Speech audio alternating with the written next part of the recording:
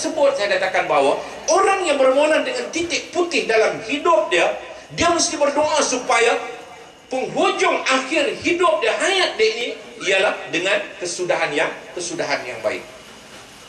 Bagi orang yang mungkin bermula itu tidak bermula dengan persis, semuanya kita suci, putih, bersih daripada bayi yang dilahirkan, tetapi pertengahan jalan itu mungkin ada titik hitam. Tetapi kita, orang lain yang harus ingat bahawa Tuhan Maha Pengampun. Allah Maha Pengampun. Dan Allah menerima permohonan keampunan dan kemaafan taubat seseorang hamba dia atas segala kesilapan, keterlanjuran yang telah dilakukan oleh hambanya. Jadi ini yang saya kira bahawa kalau saya nak tunjuk contoh, seorang yang saya kirakan bermula dengan baik, orang yang bernama Ustazah Kamariah, belajar di Mesir bersama dengan suami, belajar di Mesir di Al-Azhar, tetapi dia mengikut ajaran Ayah Pin. Tapi alhamdulillah, bagi saya bahawa umurnya masih panjang, Allah beri peluang dia untuk berubah kembali kepada ajaran yang betul. Tapi saya nak katakan bahawa bukan bermakna orang yang bermula ataupun di pertengahan hidupnya dengan suci, putih dan bersih itu, akhirnya dia akan terus kekal bersih. Allah menguji ini. Dia boleh terikut pada ilmu dia lebih tinggi daripada Ayah Pin, pelajaran dia, pengajian dia, tapi dia boleh mengikut ajaran Ayah Pin. Maknanya berlaku kesesatan dalam hidup dia, tapi Allah Subhanahu Wa Taala masih berikan umur yang panjang untuk dia kembali betul ke pangkal jalan. Jadi saya katakan bahawa inilah dia. Sebab itu Sayyidina Umar, Sayyidina Umar. Apakah Rasulullah tidak tahu sejarah hitam Sayyidina Umar? Rasulullah lebih tahu daripada kita. Apakah sahabat-sahabat lain tak tahu sejarah Sayyidina Umar? Apakah Nabi Muhammad tidak tahu sejarah Sayyidina Umar? Tahu, tetapi dia menerima Umar sebagai sahabat kanannya. Apakah sahabat-sahabat yang lain, Ali, Osman, tidak tahu sejarah Sayyidina Umar? Tahu, tetapi dialah diangkat untuk menjadi khalifah yang kedua selepas daripada Abu Bakar. Sebab itu bagi saya bahawa kalau pemimpin UMNO, pemikiran pemimpin UMNO ni takdir Sayyidina Umar masih hidup, bagi mereka Sayyidina Umar tak layak jadi calon Selangor.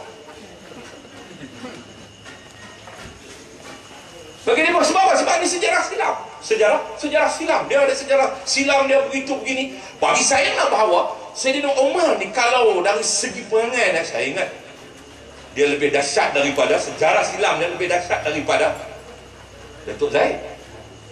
Datuk Zaid ini dia tak ada lah nak kacau orang, nak pukul orang, nak seksa orang, tak ada. Itu dia dengan Allah Ta'ala ya.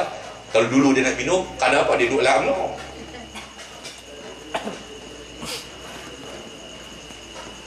UMNO yang mendidik dia jadi macam tu.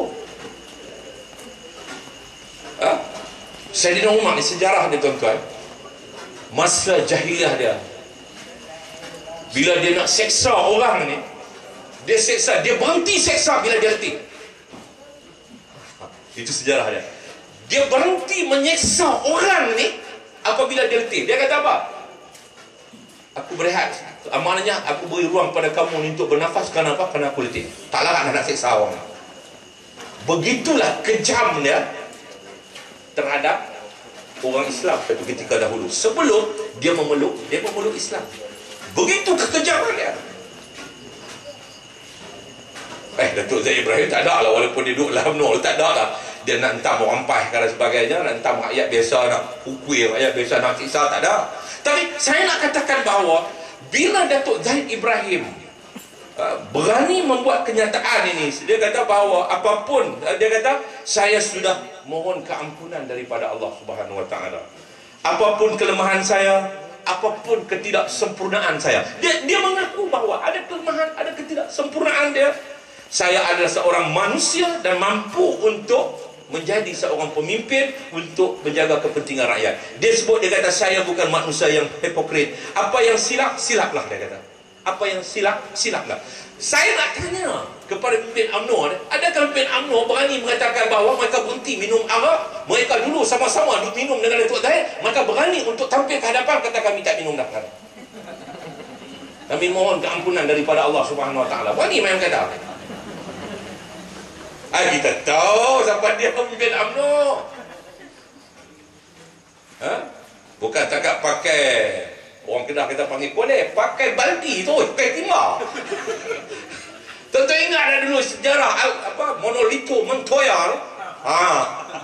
Ada lagi sebahagian orang tu hidup lagi lah ni. Monolito Montoya tu pakai jurih atas kepala. Pakai jurih atas kepala. Jurih. Ni saya ni maknanya siram atas kepala. Saya ni bahasa Kedah, jurih atas kepala. Tuang air arak tu atas kepala. Bukan tak minum dah tak darat nak minum, dia tuang atas kepala. Pakai topi Monolito Montoya. Macam Dahal Syaparal. Jadi saya nak katakan bahawa walaupun siapa bagi pemimpin UMNO, saya percaya bahawa Allah masih buka ruang kepada mereka untuk mohon keampunan daripada Allah atas keterlanjuran mereka, atas kesilapan mereka. Jadi bagi saya bahawa mengeluarkan cerita ini sebenarnya tak menguntungkan UMNO. Sebab itu hari ini saya dengar kata bahawa pemimpin UMNO rasa bahawa ini tidak baik untuk mereka, backfire kepada mereka, kerana kata mereka bahawa saat lagi kalau Datuk Zaid Ibrahim pula sebut kata memang saya duduk minum dulu dengan kawan-kawan saya dalam UMNO lah, dia duduk minum lagi buat tu tak tahu. Dia kata sebab Datuk Zaid sudah pun menyatakan secara terbuka, dia mengaku bahawa itu kesilapan masa lalu. Dia sudah mohon kemaafan dan keampunan daripada Allah Subhanahu Wa Taala. Ini saya katakan jujur, ikhlas. Dia mengaku dia tidak nak menafikan, nak suruh orang bukti dia minum tak minum. Dia mengaku apa nak bohong lah. Tapi saya percaya bahawa ini suatu yang Tuhan berikan kepada kita, bahawa pemimpin yang seperti ini. Sebab itu sejarah dia ialah dia jujur dengan perjuangan rakyat.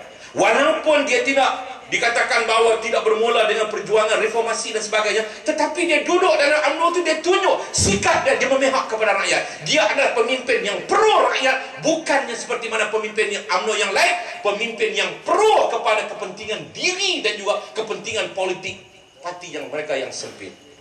Dia pro kepada rakyat. Apabila isu Teresa Kok dan juga wartawan Sin Chu Jitpo ditahan di bawah ISA, disitulah titik tolaknya yang menyebabkan dia melepaskan jawatan sebagai menteri di Jabatan Perdana Menteri. Soalnya bukan kerana dia membela. Ya, Wabi, apa khabar? Salam. Ini ustaz kita daripada Simpang apa? Simpang Pulai. Saya panggil dia ustaz. Sebab itu kalau kita lihat bahawa sejarah dia melepaskan jawatan sebagai menteri di Jabatan Perdana Menteri. Kerana apa? Kerana bukan isu membela Teresa Kok ataupun wartawan, tetapi sebenarnya dia membela rakyat. Bagi dia ISA, bagi untuk Teresa Kok ke ataupun untuk wartawan, untuk siapa sekalipun, ISA adalah tidak wajar dikenakan ke atas rakyat Malaysia. Dan ISA itu tidak wajar lagi wujud, kerana itu undang-undang yang dianggap sebagai undang-undang jakun dalam negara kita. Ini sikap dia, ini pendirian dia. Jadi sebab itu bagi saya, tuan-tuan dan saudara-saudara sekalian, ini pemimpin yang kita nak, pemimpin yang pro kepada rakyat. Dia pro kepada rakyat. Dia bukan pro kepada mana-mana pemimpin, tapi dia pro kepada rakyat. Dia nak membawa jiwa rakyat dalam hidup dia. Dan inilah yang ada kepada Pakatan Rakyat. Sesuai dengan nama dia adalah Pakatan Rakyat. Kita membawa perjuangan rakyat. Adapun sejarah-sejarah silam yang saya katakan tadi, itu biarlah berlalu. Sejarah silam semua orang ada, macam saya katakan ada sejarah silam. Sebab itu kita harus melihat kepada persoalan-persoalan besar dalam negara kita. Bagaimana masa depan negara kita, bagaimana pengurusan ekonomi dalam negara kita ini sedang diuruskan oleh pemimpin-pemimpin negara kita. Sehingga menyebabkan kita terpaksa menanggung beban yang begitu besar. Sedangkan kalau kita lihat bagaimana model ekonomi yang dibawa oleh kerajaan Pakatan Rakyat Negeri Selangor ni, satu model yang cuba untuk membawa kita ni keluar daripada angan-angan selama ini. Model yang dibawa, model ekonomi yang dibawa oleh kerajaan Pakatan Rakyat ini untuk menterjemahkan impian, angan-angan, harapan rakyat dalam pilihan raya umum yang lalu itu menjadi kenyataan. Ini realiti yang ada. Kita nak sesuatu yang baik dari segi pengurusan ekonomi, pengurusan keuangan dan ekonomi dalam negeri Selangor ini dapat dimanfaatkan, dapat dirasai oleh nikmatnya oleh rakyat dalam negeri Selangor. Sekarang sudah menjadi realiti, sebahagiannya sudah pun menjadi realiti. Sebahagian lagi, maka perlulah satu tempoh masa yang munasabah. Mana ada dalam satu masa kita boleh buat sebuah benda. Boleh tak? Satu masa kita boleh buat semua benda. Sebab pemimpin UMNO duk kata, ada lagi yang dijanji, itu dijanji, ini dijanji, tak buat lagi. Memang kita akui, ada lagi benda yang kita janji yang belum kita laksanakan. Mana ada dalam satu masa, kita boleh buat semua perkara. Boleh tak? Boleh tak? Sambil kita buang air besar, kita berus gigi, sambil itu kita makan nasi. Boleh tak? Boleh tak? Tak boleh. Tak tahulah kau pemimpin UMNO boleh buat kerja lelak macam tu. Mana dalam satu masa kita boleh buat semua perkara. Untuk tempoh 2 tahun, perubahan dari seluruh pengurusan keuangan dan ekonomi ini, bagi saya, ini pengurusan yang terbaik. Walaupun 2 tahun, tetapi persembahan kita lebih baik daripada 50 tahun yang di bawah UMNO dan Barisan Nasional.